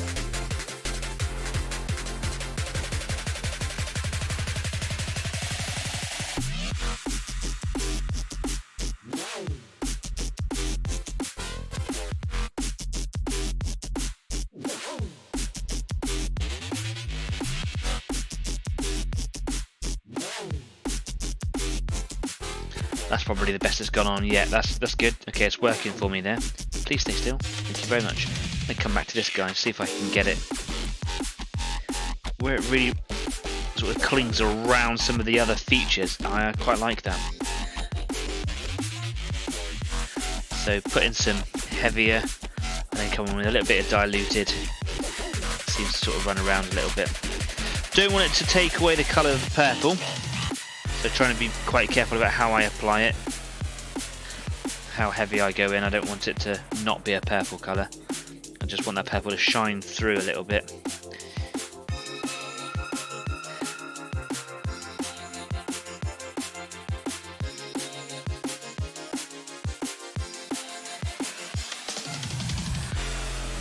Oh, it's making me eyes go funny. Do I even need to carry on doing the purple colour tonight? I don't know. I think I've actually kind of got there, almost finished.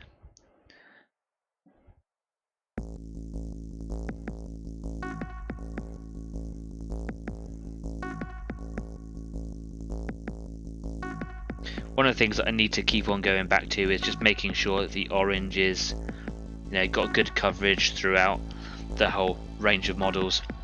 There's a few neatening up bits that I need to do, so there's constantly like coming back to bits and pieces, which I'd like to have done during the week, but like I said, I'm just so busy at the moment. That's not something that I can really promise myself. So as and when I get some spare time, like I would like to come in and just neaten them up a little bit more here and there,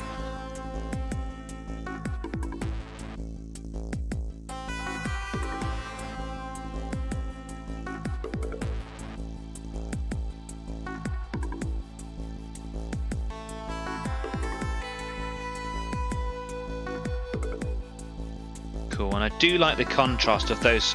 I call them overalls because I think that they are supposed to have sleeves underneath their cloaks as well. On some of the other models I spent a little bit of time actually looking at some of the details on them. If I can find one, there's a little bit of cloaks sticking through on some of them. Can't find it. That might actually be on my Marshall. Yeah, it's on my Marshall. So you can see, a bit of fluff stuck into him. So you've got the sleeve of the cloak that kind of comes down. You got the lining here, and here you can see that there's like an exposed sleeve. If I bring that in nice and close, it should pop to focus any second. You can see the colour anyway, but the colour is much more washed out, and I don't know what I've done differently. If that is just the varnish that I've used over the top of it, it probably is. Does tame the colours down a little bit, so I'm really looking forward to these being really quite vibrant. I would like the cloaks to be sort of toned down a little bit, but that will happen with some weathering, if you like. But I would still like them to be quite colourful.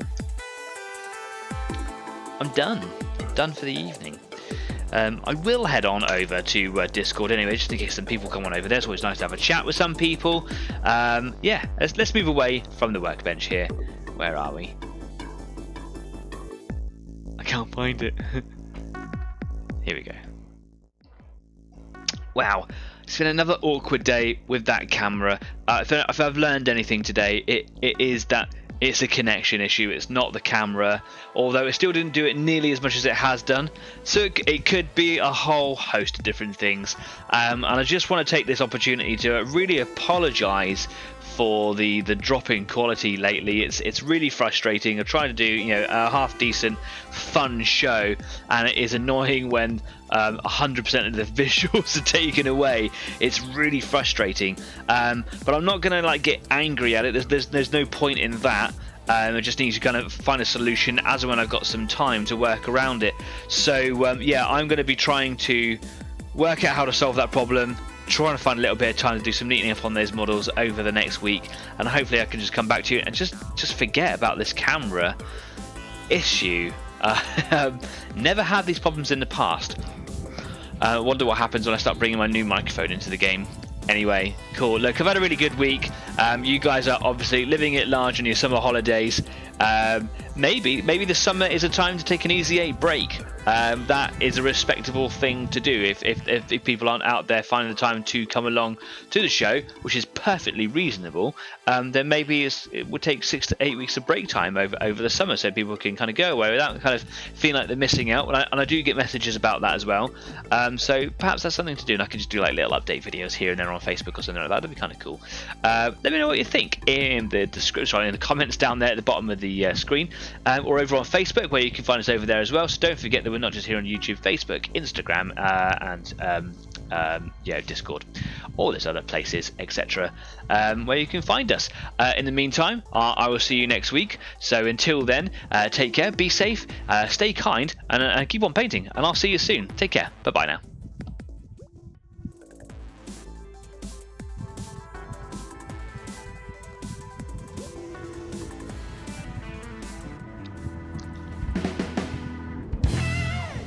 Right, it's time to set a fire under that camera. That's right. You going in the bin, boy.